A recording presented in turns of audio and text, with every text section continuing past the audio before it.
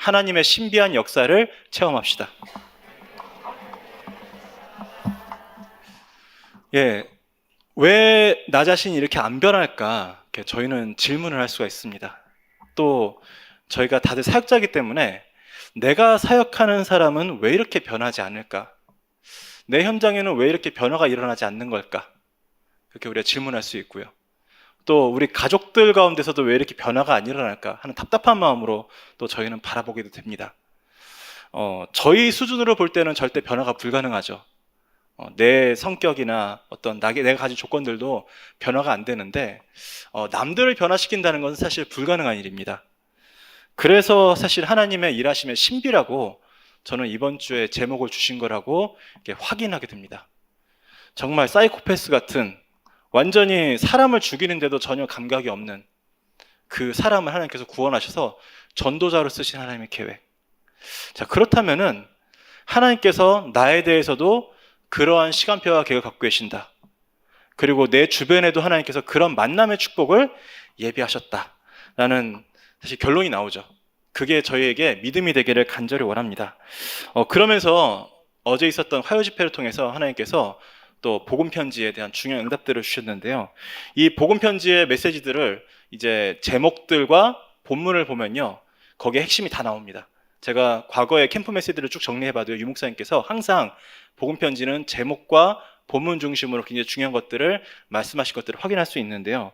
그걸 통해서 우리가 서론에서 복음의 역사의 신비를 우리가 확인하길 원합니다. 이게 또 저희 강단하고도 그대로 연결이 되어집니다. 첫 번째 뭡니까? 왜 인간에게는 행복이 없는가라는 질문을, 사실은 이거는 저희 자신들에게도 항상 던져야 되는 질문입니다. 여기 영적 문제라는 단어를 주셨는데요. 제가 어저께 하고 그저께 이제 월화로 오랫동안 그 활동을 멈춰있던 낙이원에서 이렇게 우리 북향민들 같이 모여서 이제 캠프를 하는 거를 오랜만에 갔는데요.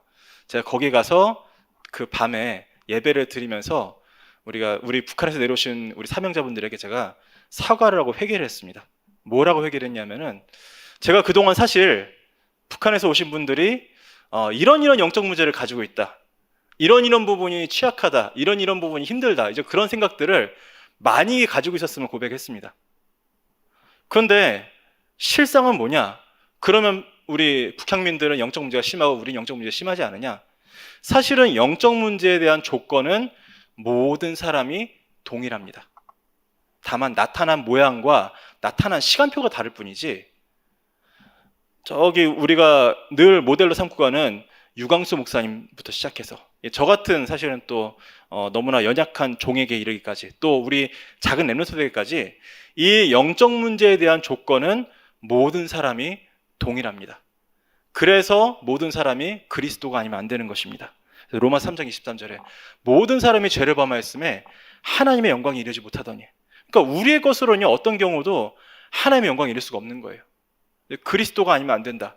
이것이 정말 우리에게 안심이 되고 해답이 되고 힘이 되어서 거기에서 시작되어지는 나의 변화, 현장의 변화, 그리고 이제 모든 사람들의 변화를 회복하는 저희들 되기를 간절히 기도합니다. 그래서 오직 그리스도입니다. 두 번째 뭡니까? 왜 인간은 하나님을 만날 수 없는가라는 제목에 대해서 상처라는 제목을 주셨어요. 우리에게 상처가 뭡니까? 하나님께서 모든 상황과 모든 문제를 그리스도를 통해서 답을 얻을 수밖에 없는 중요한 응답으로 주셨는데, 그 문제가 그리스도와 만나지 못한 상태에서 내가 체험이 되고 이게 각인이 됐을 때 남는 게 상처입니다. 그것이 무엇이 되었건, 만약에 그리스도가 나에게 먼저 들어와 있으면요, 이 그리스도의 안경을 가지고 모든 걸 보면은 이게 응답이 되는데, 이 그리스도가 내 속에 있지 않고 어딘가 다른 데 있다 보니까 이게 들어온 다음에 그리스도를 맞추려니까 안 맞거든요. 그런 다음에 발생하는 모든 것이 사실은 상처입니다. 그러다 보니까 더더욱더 우리가 하나님께로 향할 수가 없는 영적 문제가 생기는 것입니다. 그래서 사도행전 4장 12절에 나온 것처럼요, 다른 이름으로는 안 돼요. 천하 사람 중에 이 문제 해결할 다른 이름을 우리에게 주신 적이 없어요.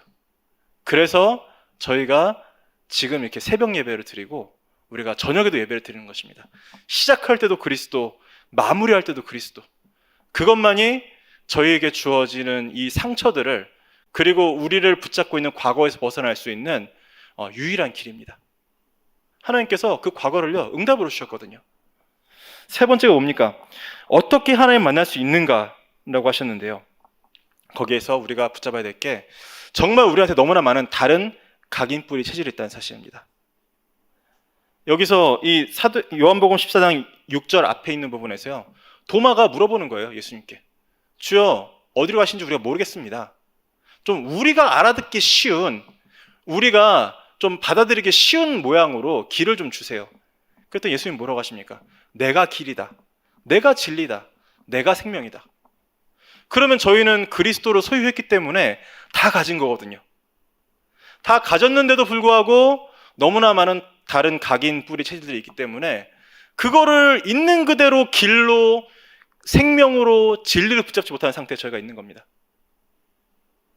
그래서 우리가 어디까지 무너지고 어디까지 문제를 당해야 사실은 그걸 붙잡겠습니까? 저도 사실은 바닥까지 경험을 했거든요.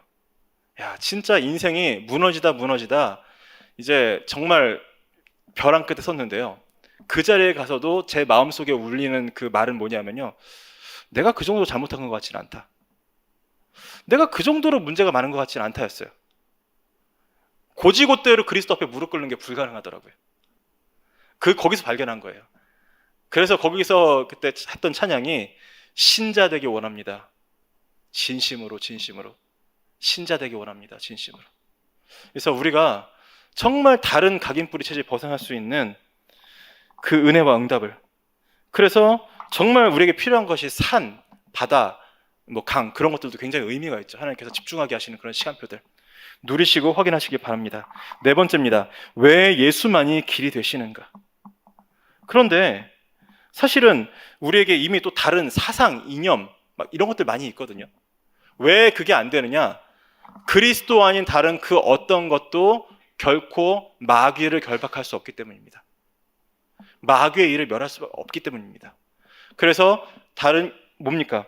죄를 짓는 자는 마귀에게 속하나니 마귀는 처음부터 범죄함이라. 하나님의 아들이 나타나신 것은 이 마귀의 일을 멸하려 하심이라.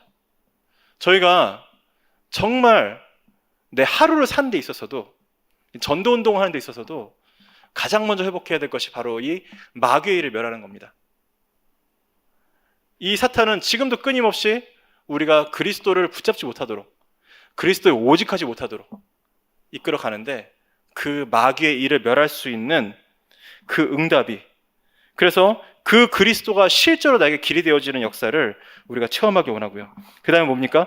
나는 왜 확신이 없는가? 이유가 뭐냐면요, 우리가 이미 그리스도를 대신할 수 있는 여러 가지를 손에도 쥐고 있고 주머니에도 가지고 있고 그리고 내 노트에도 써놓고 다 갖고 있습니다. 그러니까 안 되는 거예요. 그러니까 복잡하니까 그냥 여기 본문에 나온 것처럼 요한일서 5장 12절인 것처럼 아들이 있는 자에게 생명이 있고 하나님의 아들이 없는 자에게 생명이 없다, 이걸로 끝인데 아들로 끝을 못 내는 것입니다. 다른 것들을 이미 많이 가지고 있기 때문에. 그래서 말이 많고 생각이 많고 복잡합니다. 제가 누구보다도 그런 사람이었거든요. 그냥 현실을 놓고 보면은 그냥 보지를 못하고 그 다음 거 생각하고 이렇게 저렇게 꼬아서 생각하고 이런 잔머리 부리고, 다 무너지고 나서야 제 입에서 나온 고백이 뭐였냐면은, 내가 복음의 말씀 외에는 다른 것으로는 응답받으면 안 되겠다 하는 그 결단이 나왔을 때만 제 인생이 단순해졌어요. 그 다음에 어떤 결과가 나왔느냐, 이거는 내가 생각을 끊어야 되겠구나, 말씀 속에 들어가야 되는구나, 그게 이해가 되어지고요. 하나님의 계획이 맞다면은 그러면 그거를 놓고 내가 정말 집중하는 데 있어서는 또 깊이 생각하고 도전할 수 있고, 이런 게 구분이 되게 불가능한 인생이었는데 하나님께서 그게 가능하게 하시는 거예요. 정말 우리의 인생이 단순해지기를 기도합니다. 복잡하지 않고 그리스도 외에는 말할 게 없는 인생. 그럼 뭡니까? 여섯 번째는 뭡니까? 구원받은 나는 어떻게 변했는가? 라고 말할 때 우리가 변하지 않는 이유가 뭐냐면요, 우리가 집착하는 게 있습니다. 그리스도가 아닌 다른 거, 그리고 정말 우리가 이미 상처와 영적 문제로 잡혀있는 부분들, 우린 벗어나고 싶지만 육신적으로는 집착하고 있거든요. 그래서 그거를 놓으면은 내가 죽는 것 같은 거예요. 이거 내가 놓으면 내가 죽는다. 이거 놔야 그리스도 붙잡는데. 그래서 그거 놓고 붙잡을 수 있는 그것이 바로 뭐냐? 그게 바로 집중입니다. 그래서 우리가 어디 집중해야 되느냐? 로마서 8장 2절에 나온 것처럼 이는 그리스도 예수 안에 있는 생명의 성령의 법. 그러면 이제 우리는 고민할 게 그거죠. 어떻게 하면은 그 생명의 성령의 법에 우리의 모든 것을 다해서 집중할 수 있는가? 그 고민하길 바랍니다. 마지막 오늘 이번에 주신 7강이 그 7번째 만남인데요. 지금부터 어떻게 시작해야 되는가? 왜요? 너무 변화가 안 되니까. 이미 많이 해봤는데 안 되는 거예요. 저희 마음속에 이렇게 전도해봤고 저렇게 기도해봤고 했는데 안 됐다라는 상처가 내 마음속에 가득 있다 보니까 조용히 내 마음속에 질문해보면 그런 질문들이 있는 거예요. 하나님 왜 나에게 응답을 안 주시나요? 하나님 왜 나는 안 되나요? 그런데 기준이 어디 있습니까? 응답이 아닙니다. 기준은 언약 그 자체에 있습니다.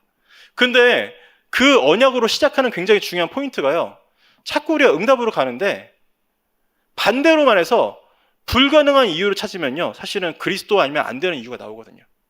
그래서 저한테는 요한복음 8장 44절이 가장 언약을 진하게 체험하게 하고 가장 그 복음과 구원에 대한 확신을 확실하게 준 구절이었습니다.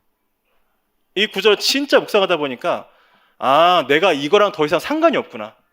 내가 마귀의 자녀가 아니고 이 마귀는 진리를 갖지 못하고 진리에 서지 못하는데 나는 이 진리 가진 것만 해도 이미 끝났구나. 그래서 여러분 우리가 이 복음의 역사의 신비를 이번 주에 진짜 확인하고요.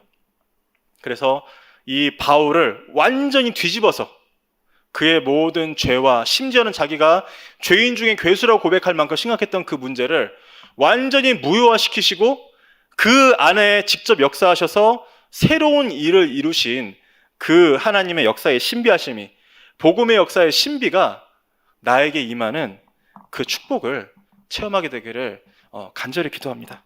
자, 그렇게 되었을 때 이제 본론으로 들어가면요. 정말 우리가 복음과 구원을 받았다. 그리고 우리가 그 복음을 가지고 우리가 구원받은 축복을 가지고 기도할 수 있다. 그러면요. 그 다음에 오는 모든 축복을 연결하는 그 링크가 그 시작이 바로 만남입니다.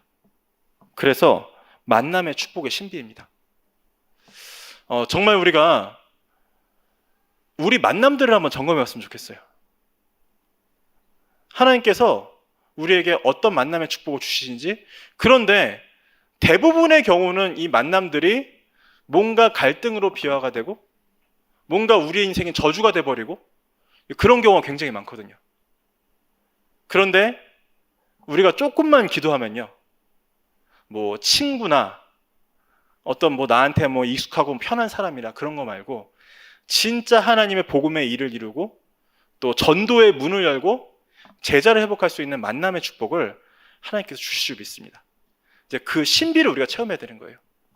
저 같은 경우는 3년 전에 다민족부를 맡으라고 하셨을 때 제 눈앞에 있는 거는 이제 제 통역에 필요한 몇 명밖에 없었어요. 근데 이 사역을 누구랑 같이 해야 되느냐? 그럼 아무것도 없는 거예요. 부서도 없고 예배 장소도 이렇게 막 정해진 게 없으니까 눈치 보면서 여기서 드려볼까 저기서 드려볼까 고민해야 되고. 근데 그게 유리했던 게 뭐냐 하면은 그렇다면 하나님께서 만남의 축복을 주셔야 되기 때문에 하나님께서 예비하신 만남이 있을 거다. 그거 놓고 사실은 집중할 수밖에 없었어요. 그래서 저희 부서의 부장님 모시기 위해서 1년을 기도했어요.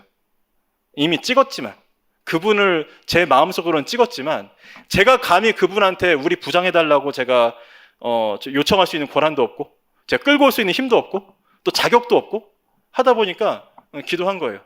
언제까지? 연말에 그분이 장로임직을 받으시니까. 또 장로임직 받을 때 목사님께서 이렇게 미션을 줄 거 아니에요. 근데 그게 제 생각이랑 안 맞으면 어떡합니까? 그때까지 기다렸어요. 기도하면서. 그래서 그렇게 임직이 되고 나서 목사님 찾아가서 물어봤죠. 제가 내년부터 이제 올해 이런 받아서 이제 좀 조직을 좀 조금씩 갖추고 인도받으려고 하는데 제가 그 장로님을 제가 모시고 부장으로 모시고 사역할 수 있습니까? 했더니 목사님 좋다고 하시더라고요.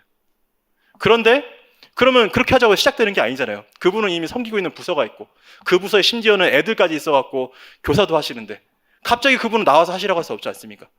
그래서 그분은 단민족 예배를 못 나오고 기존 부서로 계속 섬기시는 저희 부장인데 또 1년을 기다렸어요. 기도하면서. 뭐 불평하거나 뭐 그런 거 안 했습니다. 그런데 하나님께서 어떻게 역사하시느냐? 그분 학교 현장에 다민족 제자를 붙여갖고 그분의 눈을 열게 하신 거예요. 어떤 눈을 열게 하셨냐?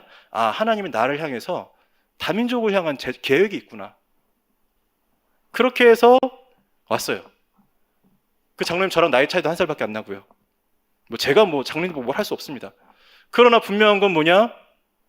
뭐 나이 그런 거 상관없고요. 뭐 친한 거 상관없고 이 다민족이라는 걸 가지고 또 현장이라는 걸 가지고 소통할 수 있고 함께 할 수 있으면은 사실은 아무것도 문제가 안 됩니다. 그리고 하나님께서 분명히 미래를 이끌어 하실 비밀이 있죠.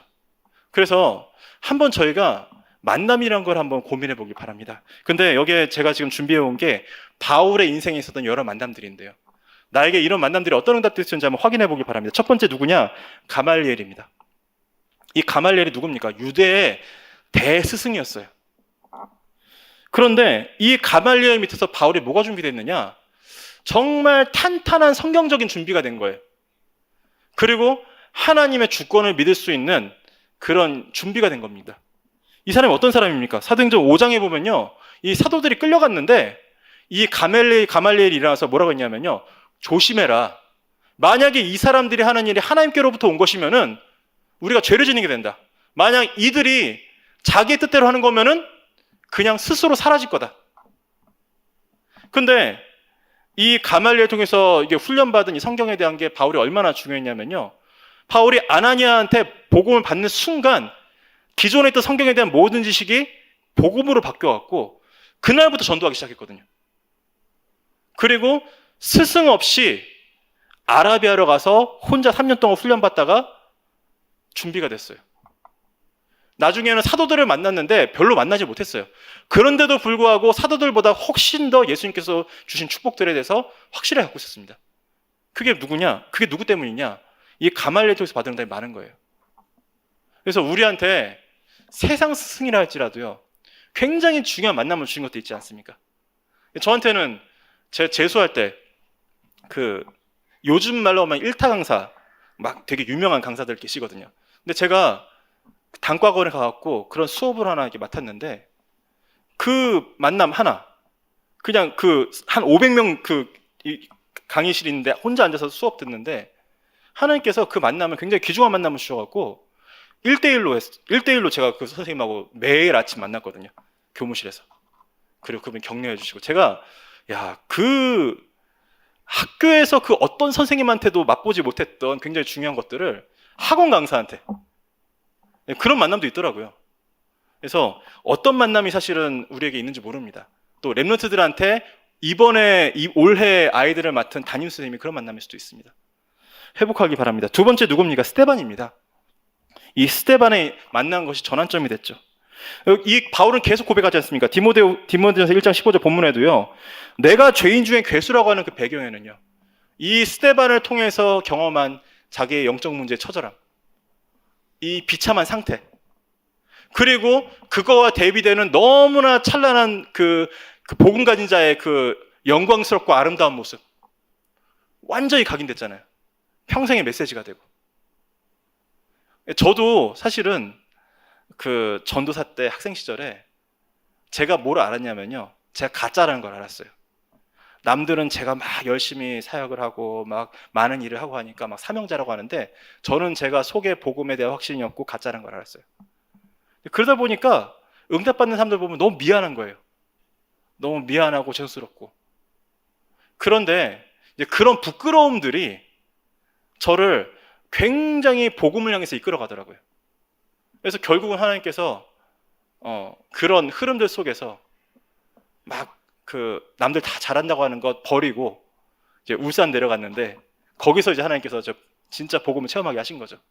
그러니까 모든 만남들과 또 부끄럽게 하는 뭐 그런 까지도요, 전부 다 하나님의 계획이 있습니다. 그리고 3번 보니까 예수 그리스도를 결국 만났습니다. 절대적인 은혜를 체험했죠. 아무 자격이 없는데 하나님께서 찾아오셔서 이걸 완전히 뒤집으신 역사. 뭐라고 하십니까? 내가 나를 사오라 네가 어찌하여 나를 박해하느냐 하고는 대답하되 주여 누시니까 하니 이르시되 나는 내가 박해하는 예수라. 예, 저희가 얼마만큼 그리스도의 방해가 되고 그리스도의 일을 이렇게 반대하는 자리에 서 있는지 저희가 이 그리스도를 만나는 체험을 해야 됩니다. 매일매일 확인하고 그래서 그리스도 앞에 무릎 꿇고. 네 번째 뭡니까? 그래서 아나니아를 만났어요. 아나니아를 통해서 뭘 확인했느냐? 저는 이게 마음에 담겼습니다. 깨끗한 복음 사역. 다른 거 일체하지 않고 비록 바울에 대해서 뭔가 이렇게 마음에 좀 이렇게 찝찝한 부분이 있었지만 가서 깨끗하게 정확한 사역을 했더니 바울이 그 자리에서 이렇게 바뀌었거든요. 그러니까 저희가 사실 대단한 사역할 게 없습니다. 오직 복음으로 정확한 사역할 수 있으면은 하나님께서 그 사람 속에서 역사하시거든요. 그래서 바울이 아나니아에 대해서 많은 말 하지 않았는데요. 사도행전 22장에 재판장에서 얘기를 하는 거예요. 율법에 따라 경건한 사람으로 거기에 사는 모든 유대인들에게 칭찬을 듣는 아나니아라 하는 이가 나에게 와서 이 복음을 전해줬다. 우리가 한 번 만났는데 그런 만남이 될 수 있습니다. 여러분이 어디 이번에 WRC 때 누구를 만날 수도 있고요. 합숙가서 누구를 만날 수 있는데 단 한 번 포럼했는데 나는 그런 사람이 아닌데도 하나님께서 그런 복음의 역사를 이루실 수 있거든요. 그리고 참 좀 미묘한 게 다음인데요. 기존 사도들. 하나님께서 바울이 기존 사도들 만나서 막 깊이 교제하고 막 배우고 막 그렇게 안 하셨어요. 이게 설프게 살짝 만나게 하셨어요. 그런데 거기서 뭐 합니까? 바울을 확인한 거예요. 내가 가진 복음이 진짜구나. 그리고 바울은 남은 평생 동안 이 사도들을 섬겼습니다. 자기를 공격하고 막 방해하는 사도들을 그러나 끝까지 섬겼어요. 그런 만남들도 있죠. 그래서 갈라디아 1장 18절 19절 보면은요, 그러니까 게바를 만나러 가서 베드로 만났고 그 다음에 본래 야고보 말고 예수의 형제 동생 야고보 만나서 기본적인 거 확인하고 그래서 교회와의 관계를 맺고 그 응답을 가지고 이제는 평생을 이제 예루살렘 본교회를 섬기면서 사역을 했죠. 여섯 번째 누굽니까? 바나바를 드디어 만나는데요. 여기에서는 이제 훈련하고 팀입니다. 이제 그동안 혼자서 이제 아라비아에서 집중하고 그 다음에는 이제 본래 자기 고향으로 가서 거기서 이제 혼자서 집중하고 있던 바울을 끄집어낸 게 바나바였습니다. 그리고 바나바가 13장, 14장까지는 현장에 갈 때 바울이 이끌었어요. 그러니까 현장에서 사람들이 말하는 거예요. 바나바를 제우스라고 하고, 왜? 리더니까. 그리고 바울을 말하는 사람이니까 헤르메스라고 하고. 그런데 그 속에서 굉장히 중요한 이제 바울이 평생을 놓고 전도 선교할 수 있는 응답들을 받았거든요. 일곱 번째 뭔가 디모데입니다. 정말 바울이 돌을 맞고 죽는 그 환경 속에서 생명고우 결단을 했을 때 정말 만나게 되고 세우게 된 제자 디모데. 그래서 디모데후서 2장 1절 2절 말 것처럼 내 아들아 그러므로 너는 그리스도 예수 안에 있는 은혜 가운데서 강하고 또 네가 들은 바를 많은 충성된 사람들에게 부탁하라. 그들이 또 다른 사람들을 가르칠 수 있으리라. 여러분 이거 할 수 있는 이거 전달할 수 있는 만남 가진다면은 얼마나 큰 축복이겠습니까? 그리고 여덟 번째 뭡니까? 브리스가 아굴라. 이 사람들은 누굽니까? 끝까지 함께한 사람들입니다. 고린도에서 함께하다가요. 에베소 가서 전도운동 같이 하고요. 그 다음에 바울이 예루살렘 갔다가 로마로 갈 때, 그 로마에 가서 이제 바울이 감옥에 있을 때 거기서 집을 마련해 갖고 온 성도들을 살리고 또 교회를 세우고 끝까지 함께한 동역자. 자, 우리한테 자 이런 만남이 있는지를 점검해 봐야 되고요. 그리고 이런 만남을 통해서 하나님께서 하시는 일을 확인해야 됩니다. 제가 한 지역을 놓고 계속 기도를 하는데 여기가 정말 다민족이 너무나 중요한 현장인데 그런데 이제 뭐가 없냐 하면은 베이스가 될 제자가 없는 거예요. 그 현장에 누가 지속할 사람이 있어야 거기에 본격적으로 들어가잖아요. 안 그러면 제가 언제까지 우리 멀리 사는 저 평행원 사임이나 우리 이팅 24임이나 다른 사람들 데리고 계속 들어갑니까? 기도하고 있었거든요. 기도하고 제가 한 일은 뭐였냐? 열심히 제 길을 찾아가는 게 아니라 그때 교회에서 광고 나오는 우리 다른 현장들 캠프 같이 들어가서 같이 캠프하면서 그 시간표 하나님께서 하신 일 확인하고 인도받는데 거기서 딱 만나게 하신 거예요. 그 동네에 사시는 권사님 한 분을. 그래서 그 권사님 있는 현장에 우리 다민족 팀들을 데리고 몇 달 동안 캠프로 들어갔습니다. 그러면서 이제 이분이 많은 응답을 받아서 이제 본격적으로 전도하고 싶은데, 근데 이제 같이 들어가는 팀들은 지속하기 어려운 거예요. 제 마음에 몇 달 동안 짐이 뭐였냐면은, 야, 이렇게 순수하게 전도하고 싶은 열정으로 이렇게 넘쳐갖고 계속 이런 응답이 왔는데 어떻게 합니까? 이런데 어떻게 해야 되는가 물어보는 그분한테 제가 해줄 수 있는 게 별로 없는 거예요. 아니, 여자분 혼자 있는데 제가 들어갑니까, 거기를? 못한다는 얘기가 아니라, 저분한테 하나님께서 팀에 만남을 주셔야 되는데. 기도하고 또 좀 모실 수 있는 데는 이렇게 모시고 또 현장 보여드리고 하는데, 기도하는데, 최근에 그분한테 만남이 왔어요. 진짜 기가 막힌 만남이 와서 팀이 됐어요.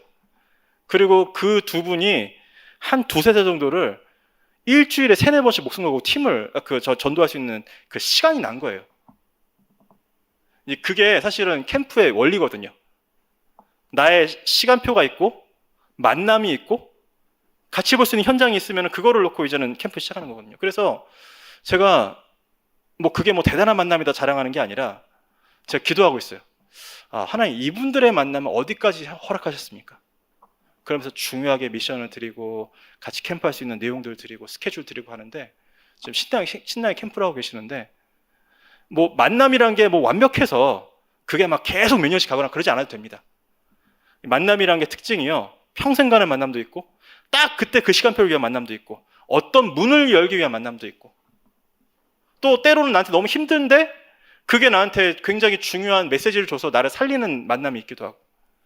제가 그래서 제 얘기하지 않기 위해서 바울의 만남들을 쭉 늘어났고요. 여러 가지 응답들이 있는데 과연 우리에게는 어떤 만남이 있습니까? 특히나 우리 교회 안에서 또 현장에서 한번 점검하고 확인하면서 응답받기를 간절히 기도합니다. 자, 그럼 두 번째는요, 하나님의 일하심의 신비입니다. 하나님이 어떻게 일하시는지를 우리가 조금씩 보면서 이게 너무 나랑 거리가 멀다는 사실을 확인하면요, 그래서 내가 복음 속에 들어가서 완전히 하나님 믿어야 되는구나 라고 인정하게 되는 거예요. 첫 번째가 뭐냐면요, 과거, 현재, 미래의 문제를 완벽하게 해결하시는 게 그게 하나님의 방법입니다. 저희는 어딘가에는 묶여 있어요. 과거의 상처에 잡혀 있거나 미래에 대한 불안에 있거나 아니면은 오늘 내 문제에 잡혀갖고 힘이 빠지고 내가 나약해 있거나. 근데 우리는 그 어느 것 하나만 해결돼도 참 감사한데요, 하나님은 세 가지를 동시에 보고 완전하게 해결하시고 이끌어 가십니다. 그러니까 아무것도 염려할 것이 없는 조건으로 이끌어 가시는 거예요. 그래서 로마서 5장 10절에 보면요, 곧 우리가 원수 되었을 때 그의 아들의 죽으심으로 말미암아 하나님과 화목하게 되었은즉 화목하게 된 자로서는 더욱 그의 살아남심으로 말미암아 구원을 받을 것입니다. 원수가 되었을 때, 하나님과 원수 됐을 때 이미 그리스도를 통해서 모든 문제 해결하시고요, 구원하시고 미래에 이끌어 가실 모든 계획까지도 다 준비하신 거예요. 그래서 저는 계속 점검을 합니다. 혹시나 나한테 이렇게 불안함이 있진 않은가? 제가 그런다는 얘기 아닙니다. 근데 만약에 내가 이제 내일 이 교회를 떠나야 한다면 하나님, 그럼 거기에 대한 나의 어떤 마음과 생각들, 그런 것들 점검하게 하시거든요. 제가 뭔가를 붙잡고 내가 이거 하면 안 된다는 거 아니지 않습니까? 그런데 거기에 대한 결론은 뭐냐? 하나님은 만약에 일을 하신다면은 완벽한 계획을 과거, 현재, 미래까지 가지고 계시다. 우리는 그거 붙잡고 가는 거거든요. 그러면요, 에베소서 2장 7절에 나온 것처럼요, 이는 그리스도 예수 안에서 우리에게 자비하심으로써 그 은혜의 지극히 풍성함을 오는 여러 세대에 나타내려 하심이라. 에베소서 2장 1절에 죄 허물로 죽었다고 시작했는데요, 거기에서 은혜로 그리스도를 누린 우리에게 그 응답을, 풍성함을 오는 여러 세대에 나타내게 하시는 것이 하나님의 계획입니다. 지금 나를 힘들게 하는 그 문제가 이 미래에 나에게 만나게 되는 모든 현장에서 이 풍성한 은혜를 나타나게 하는 중요한 제목이거든요. 그렇게 본다면은 내 과거도 다르게 보이고 오늘도 다르게 보이고 미래에 대한 나의 생각도 점검하게 되죠. 그래서 그거에 대한 마침표가 뭡니까? 결국은 요한복음 19장 30절 말씀하신 것처럼 다 이루었다. 다 이루었다. 그래서 만약에 다 이루신 게 맞다면요, 모두 결정되어 있느냐? 미래도 결정되어 있습니다. 이 미래가 하나님, 이거는 너무 힘들어서 안 됩니다라는 게 만약에 한 가지라도 있다면은 좀 진짜 점검해 봐야 돼요. 여기 우리 다 교회 분들 가족이시지 않습니까? 제가 2년 전만 해도 뭔가 하나님 이건 안 돼요라는 게 있었어요. 너무 힘드니까 생각만 해도 뒤통수에 소름이 돋고요. 막 온몸에 털이 곤두서고 막 손발이 떨릴 정도로 하나님 그것만큼은 안 됩니다는 제목이 있었어요. 근데 어느 날 기도하다 보니까 야, 내가 이거 한 가지라도 만약에 하나님께 안 돼요, 이건 안 돼요라는 게 있으면은 이거는 복음이 아니구나. 그때 그거 인정했을 때요, 완전 해결된 건 아닌데 제 마음의 짐의 한 70% 이상을 걷어냈습니다. 그래, 이것만큼은 안 된다는 게 나한테 단 한 가지도 없다. 하나님의 계획인데 안 되는 건 단 한 가지도 없다. 그래서 고린도후서 5장 17절에 나온 것처럼 완전히 재창조되는 거예요. 과거, 현재, 미래 다 해결되고 완전히 재창조되는 우리 자신들을. 그러니까 재창조니까 신비인 겁니다. 왜? 사람이 할 수 없는 거니까. 영적 DNA가 완전히 바뀌고요. 그리고 하나님께서 우리의 모든 것을 치유하시는 그 은혜와 응답을 누리게 될 줄 믿습니다. 두 번째 뭐냐면요, 모든 것에 대한 완벽한 계획과 성취입니다. 지금 당장 문제로 보이고 너무나 고난으로 보이지만 하나님은 다 알고 계획하시는 거예요. 자, 예레미야 33장 2절에 이를 행하시는 여호와, 그것을 만들어 성취하시는 여호와, 그 이름은 여호와라는 이가 이와 같이 이르시도다. 이렇게 말씀하실 수 있는 분, 그분은 하나님밖에 없습니다. 계획도 하고 진행도 하고 마무리까지 완벽하게. 왜냐하면은 저희는 그게 안 되거든요. 지금 이 WRC가 좀 실무하는 사람들 입장에서는 안개 속이에요. 유 목사님 말씀도 아리송하고 타운을 해야 되는데 뭐 타운 안 와도 된대. 유 목사님 말씀에 교회에서 알아서 해도 된대. 그러니까 아주 타운 일하는 사람 골치 아프거든요, 이러면은. 근데 뭔가 우리는 계획을 세우지만 이게 계획대로 안 될 확률이 높아요. 그럼 어떻게 하는 겁니까? 하나님께 인도받아서 계획 세운 데까지 세우고 진행할 때 나머지 하나님께 맡기고 가는 거예요. 가보는 거예요. 하나님께서 역사하실 거 믿고. 그러면 성취하시는 분은 하나님이시죠. 자, 출애굽기 3장 19절 20절에도요, 앞에 피지사 말씀하시고 뭐라고 하셨냐면요, 내가 안 오니 강한 손으로 애굽 왕을 치기 전에는 허락하지 않다가 내가 내 손으로 들어 애굽 중에 여러 가지 기적으로 그 나라를 친 후에야 그가 너희를 보내리라. 자, 이게 그러면 요 앞에 있는 그 10가지가 이게 뭐 문제 해결한 겁니까? 아니잖아요. 애굽의 모든 영적 문제와 우상 문화를 꺾는 거 아닙니까? 다 하나님의 계획이 있는 거예요. 문제가 드러날 때는.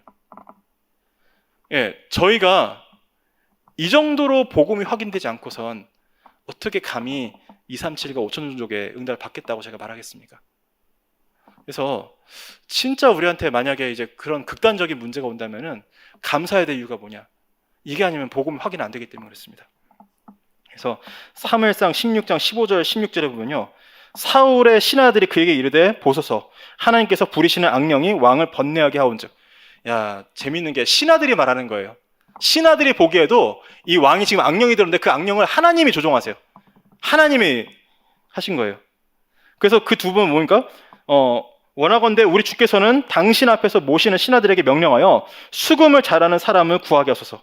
하나님께서 부리시는 악령이 왕에게 이를 때 그가 손으로 타면 왕이 나으시리이다 하는지라. 이 악령의 역사도 결국 뭡니까? 다윗이라는 사람을 하나님께서 왕으로 세우기 위해서 그 무대에 올리는 계획이 되는 거예요. 아니, 왕이 그렇게 귀신 들어서 비참한 상황이면은 얼마나 보기가 이상합니까?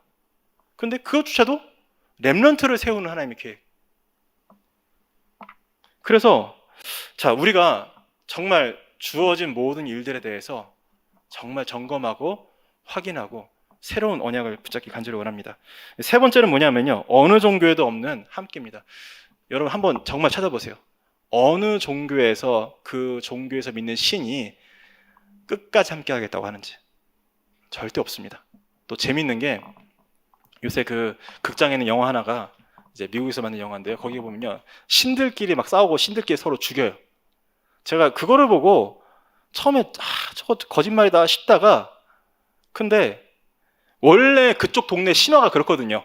신들끼리 싸우고 질투하고 불륜 일으키고 막 인간들한테 막 못된 짓 하고. 그래, 오히려 솔직한 거다. 그게 세상 신이에요. 마귀가 가장한 세상 신이에요. 그런데 오직 하나님만이 우리를 사랑하시고 우리를 구원하시고 영원히 함께 하신다고 합니다. 그 응답 받은 우리가 얼마나 귀한 사람들입니까? 그래서 요한복음 10장 26절 27절에 보혜사께서 모든 것을 가르치고 생각나게 하시고요, 세상에서 줄 수 없는 참 평안을 주십니다. 이게 진짜 우리가 받은 이 신비한 응답인데, 이거 회복하게 되길 간절히 기도하고요. 그거를 우리가 얻는 비밀이 뭡니까? 요한복음 1장 12절에 나온 것처럼 그 예수, 하나님께 주신 그 아들, 그 이름 예수 그리스도를 주인으로 영접하는 것이 그 하나님의 신비한 응답을 나에게 받아들이고 누릴 수 있는 유일한 길입니다. 근데 그거를 놓고요, 계시 3장 20절에 보면 뭐라고 나오느냐, 이 두드리신대요. 예수님께 찾아오셔서 직접. 우리가 못 알아들으니까 여러 가지 방법으로 두드리십니다. 불신자를 통해서 두들기도 하시고, 문제를 통해서 두드리기도 하시고, 옆 사람의 말을 통해서 두드리기도 하시고. 그러면은 그거를 알아듣고 문 여는 자에게 들어가서 함께 하겠다. 지금도 우리 마음을 두드리시는 거예요. 여전히 이번에 화요집에 말씀 나온 것처럼 그리스도를 영접했는데 주인을 안 모시니까, 자, 거기 내가 들어가야 된다, 내가 주인 되어야 된다 두드리시는데, 그 음성 듣는 여러분 되기를 간절히 기도합니다. 마태복음 28장 20절에 나온 것처럼, 그래서 볼지어다 내가 세상 끝날까지 너희와 항상 함께 있으리라. 우리는 너무 당연하게 생각하는데, 당연하게 생각하는 이유가 뭐냐, 사실은 그 신비를 우리가 풍성하게 못 누리기 때문에 그렇거든요. 근데 진짜 누리면서 완전히 이거를 회복하시는 여러분 되시기 간절히 바라고요. 마지막입니다. 세 번째입니다. 교회의 응답과 신비입니다. 교회의 응답은 뭡니까? 첫 번째는 위드인데, 나와 함께 하시는 비밀. 그래서 고린도서 3장 16절에 나온 것처럼 나를 성전 삼으시고요, 마태복음 10장 18절에 나온 것처럼 믿음의 고백하는 그 나를 통해서 하나님께서 직접 당신께서 교회를 세우겠다. 그래서 오늘 내가 믿음의 고백을 하고 복음 누리는데 하나님께서 그 자리에 교회를 세우십니다. 우리 렘넌트 한 사람이 교실에서 아무 힘이 없고 나약하고 뭐 친구들 괴롭힘 당한다 할지라도 거기에서 그리스도 고백할 수 있으면요, 그 현장에 교회가 세워지는 거예요. 이거에 대한 확신을 사실 우리가 가질 때, 임마누엘은 뭡니까? 우리가 두세 사람이 함께 모이는데요, 모이다 보니까 하나님께서 직분을 주시는 거예요. 미션을 주시는 거예요. 그래서 그 직분에 대한 응답들을 우리가 서로 확인하고 나가는데 하나님께서 주시는 어마어마한 축복이 있습니다. 자, 주의 종을 세우시는 가장 극단적인 예가 어디 있을까 생각하다가 빌레몬서를 보았습니다. 빌레몬서 1장 10절에서 11절에 갇힌 자 중에서 낳은 아들 오네시모를 위하여 내게 간구하노라. 그가 전에는 내게 무익하였으나 이제는 나와 내게 유익함으로. 가장 사실은 자격 없어 보이고 가장 사실은 이상한 사람인데 훔쳐갖고, 아니 차라리 바울처럼 폼나게 막 핍박이라도 했으면 막 대단한 인물인가라도 하겠는데, 좀도둑처럼 노예인데 주인의 물건 훔쳐갖고 감옥에 온 사람한테. 근데 그 사람을 빌레몬이 섬겼거든요. 그래서 이 오네시모가 감독이 돼서 교회를 목회를 했거든요. 하나님께서 이 주의 종을 세우시는구나, 하나님께서 일을 하시는구나. 여기에 뭐 자격이나 뭐 내가 생각하는 그런 것들은 사실 아무 의미가 없는 겁니다. 그래서 저 같은 사람도요, 우리 중직자분들이 보실 때, 저 목사님의 미션은 그거구나, 하나님께서 맡기신 건 그거구나, 그걸로 봐주시면 돼요. 부탁을 드립니다. 저 목사님은 다민족 살리라고 하나님께서 교회 세우셨구나. 그러면 그것만 보시면 돼요. 그러면 거기를 통해서 이루시는 일을 우리 함께 볼 수 있습니다. 그러면 중직자는 뭡니까? 고린도전서 16장 18절 나온 것처럼요, 그들이 나와 너희 마음을 시원케 하였으니 그러므로 너희는 이런 사람들을 알아주라. 정말 교회 안에 있는 모든 것을 소통시키고 살리고 주의 종의 가슴을 시원케 하고 하나님의 가슴을 시원케 하는 그 응답이 사실 중직자들에게 있거든요. 자, 그러면은 이제 우리 평신도들 혹은 또 이제 심부름하는 부교육자들 어떤 응답이 있습니까? 골로새 4장 7절에 나온 것처럼요, 두기고 내 사정을 다 너희에게 알려주리니 그는 사랑받는 형제요 신실한 일꾼이요 주 안에서 함께 종이 된 자니라. 어떻게 보면은 별로 많은 일을 안 하는 것 같을 수도 있습니다. 그런데 사실은 두기고가 제일 중요하거든요. 심부름하는 사람, 정말 뭐 메시지 한 번도 안 전하는 것 같은데, 근데 현장에서는 결국은 이 두기고 역하는 사람들에게 하나님께서 응답을 주십니다. 제가 목요일마다 저기 종로에서 하는 일이 있어요. 제가 이제 섬기고 있는 나기현 사무실에서 기라성 같은 선배님들이 모여서 종로 중구 복음화하겠다고 CPM이라고 만들어 놓은 게 있어요. 근데 다들 막 1기 막 3기 막 그런 대단한, 저 14기거든요. 선배들이신데, 근데 그런 목사님들만 모여 있으니까 일이 진행이 안 돼요. 그럼 저 같은 사람이 가서 뭐 하느냐? 심부름 하는 거예요. 심부름 하는데 어떤 일이 벌어지느냐? 목사님들은 와서 강의만 하고 가는데 저는 계속 거기서 사실은 24 하면서 자리를 마련하고 섬기고 말씀 심부름하고 하는데, 하나님께서 계속 전도문을 여셔갖고요. 지금 이제 다음 주 월요일에 광화문에 전문인들이 모입니다. 그래서 정말 저 시청에 있는 공무원들, 각종 무역회사, 금융회사 일하는 사람들 다 모여갖고 정말 이 광화문의 전문인 현장을 어떻게 살릴 것이냐. 근데 그 일이 제가 자만하는 게 아니라, 기라성 같은 선배 목사님들 메시지 하시는 분들 쪽에 나오는 응답이 아니라 그 말씀 붙잡고 현장 심부름하는 두기고에서 나오는 거거든요. 그런 거는. 네, 직접 들어가야 되니까.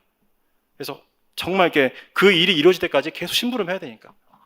그래서 정말 이런 응답들이 우리 집사님들, 우리 나약한 부교육자들 사실은 다 있습니다. 그것만 할 수 있으면 충분합니다.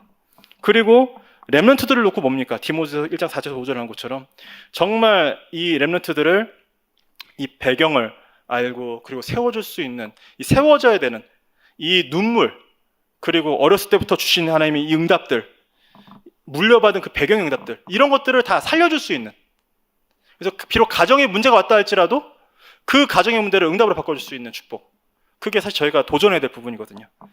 그래서 진짜 이 응답 받으면요, 세 번째 뭡니까? 원네스입니다.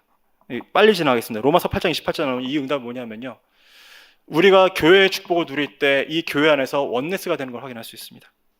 근데 고린도서 10장 13절에 나온 것처럼 모든 시험이 아니고 감당할 수 있는 응답으로 바뀝니다. 이 직분과 이 개인의 축복과 이런 거 누릴 때. 그리고 뭡니까? 마태복음 8장 17절에 나온 것처럼 교회 안에서는 갈등으로 보이고 뭔가 어려운 일로 보이지만 그게 전부 다 서로를 치유하는 응답이 되는 거예요. 그래서 저는 진짜 기도하고 있습니다.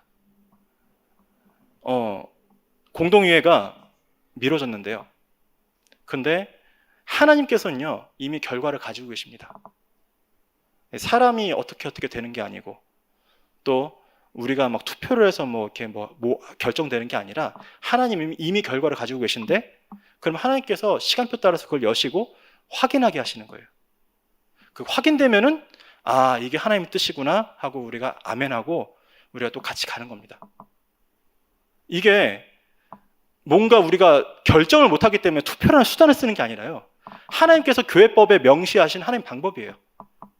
우리 한 사람 한 사람, 모든 사람들의 생각과 마음을 감찰하시는 하나님께서 주신 은혜입니다. 그래서 조금 우리가 잘못하면은 이게 좀 뭔가 이제 느낌과 어떤 그런 생각들에 우리가 여러 가지 생각할 수 있는데요, 마음 편하게 하나님께서는 이미 결과와 답을 가지고 계시기 때문에, 그러면 우리는 우리 교회를 놓고 기도하다가, 각자 기도하다가 은혜 가운데 우리가 해야 될 일들을 하고 나온 결과에 대해서 하나님께서 하셨구나 라고 위대인만의 원네스를 누릴 수 있는 축복을 확인하게 되길 원합니다. 결론이에요. 그래서 하나님께로부터 답을 얻는 인생입니다. 이게 우리 화요집회 결론이었습니다. 첫 번째 1번은요, 우리 강단의 결론입니다. 매일 말씀으로 복음과 정체성과 성경적인 전도를 확인하고 누리는 게 저희 인생의 사명입니다. 로마서 16장 25절 27절에 한 것처럼요, 나의 복음과 예수 그리스도를 전파함이 영세전부터 감춰졌는데 지금 나타났고 그게 영원 후까지 가기까지. 그래서 우리는 매일매일 복음과 기도와 전도 속으로 들어가는 응답과 은혜를 누릴 때 하나님의 신비하심을 체험하게 되는 겁니다. 두 번째는 뭡니까? 우리가 이거를요, 실제로 확인하는 건요, 삶의 현장에서 버리고요. 버리기만 하면 종교예요. 근데 버리는 목적이 뭡니까? 진짜 제대로 된 건 심기 위한 것입니다. 그렇게 될 때 재창조가 되죠. 그래서 이번 주 3부 때 나온 말씀처럼요, 마가복음 9장 7절 8절에 마침 구름이 와서 그들을 덮으며 구름 속에서 소리가 나되 이는 내 사랑하는 아들이니 너희는 그의 말을 들으라 하는지라. 문득 둘러보니 아무도 보이지 아니하고 오직 예수와 자기들 뿐이었더라. 버릴 건 버리고 오직 그리스도 붙잡고, 그럴 때 정말 변화산에서 예수님께서 변화되신 것처럼 이 제자들도요, 완전히 변화돼서 세계복음화 전도자로 바뀌었습니다. 그 응답이 저희가 매일 누리는 응답이죠.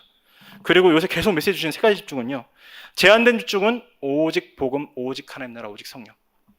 선택된 집중은 뭡니까? 진짜 하나님께서 우리에게 주신 기회이기 때문에 이 치유의 현장 속으로 들어가는 거예요. 13장, 10장, 19장. 그렇게 될 때 원네스 집중은 우리에게 맡겨진 렘넌트 현장으로 들어가서 살리는, 좀 급하게 마무리했는데요.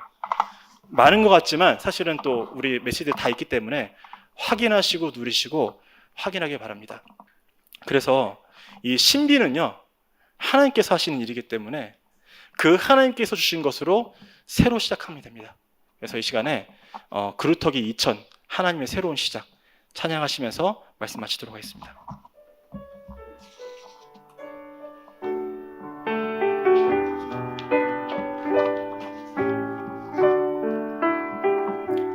밤나무 상수리 나무가 배임을 당하여도 그루터기는 남아 있는 것 같이 소망을 잃어버린 황폐한 이 땅에 너희가 하나님의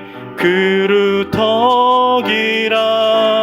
너희를 통하여 시대에 바람이 일어나고 하나님의 큰 영광 나타나리니 반드시 달라질 미래를 바라보며 영원한 말씀 위에 굳게 서라. 여호와의 영광이 내 위에 임하였으니 일어나라. 너의 빛을 세상에 비추어라. 전 세계가 살아가는 그날까지 너의 빛을 비추어라. 온 세상